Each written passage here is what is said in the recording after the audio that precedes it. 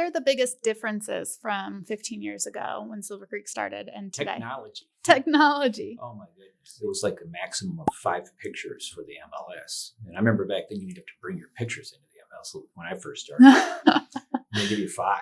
Really? And then I remember when they went to 10, I was like, wow, 10 pictures. And they kept kind of increasing. You didn't have the internet, wasn't what it is now. I mean, back then you still had all the real estate books, and so you'd have to get in those real estate books, and people didn't, Zillow wasn't a huge thing yet. I was always trying to be ahead of the curve. So I was always looking at where things were going to be 1 to 3 or 5 years later. Back in 2008, when everything crashed, you couldn't give a house away. So for me, I started, you had some people that were in bank-owned homes. They did pretty good doing bank-owned homes, probably sold 30, 40 a year.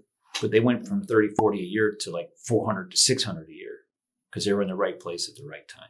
Okay. And they just were able to capitalize. Mm-hmm. So I didn't really get as much into the banking game. We had to do a lot of short sales just out of necessity. But I designed my business plan focused on where I expected the market to be 5 years from now. By the time I got into the bank game or into the short sale game, I knew the jig would be up. Mm-hmm. So I said, I'm going to make myself known as a listing agent who could get things done in a difficult market when all your competition is bank owned.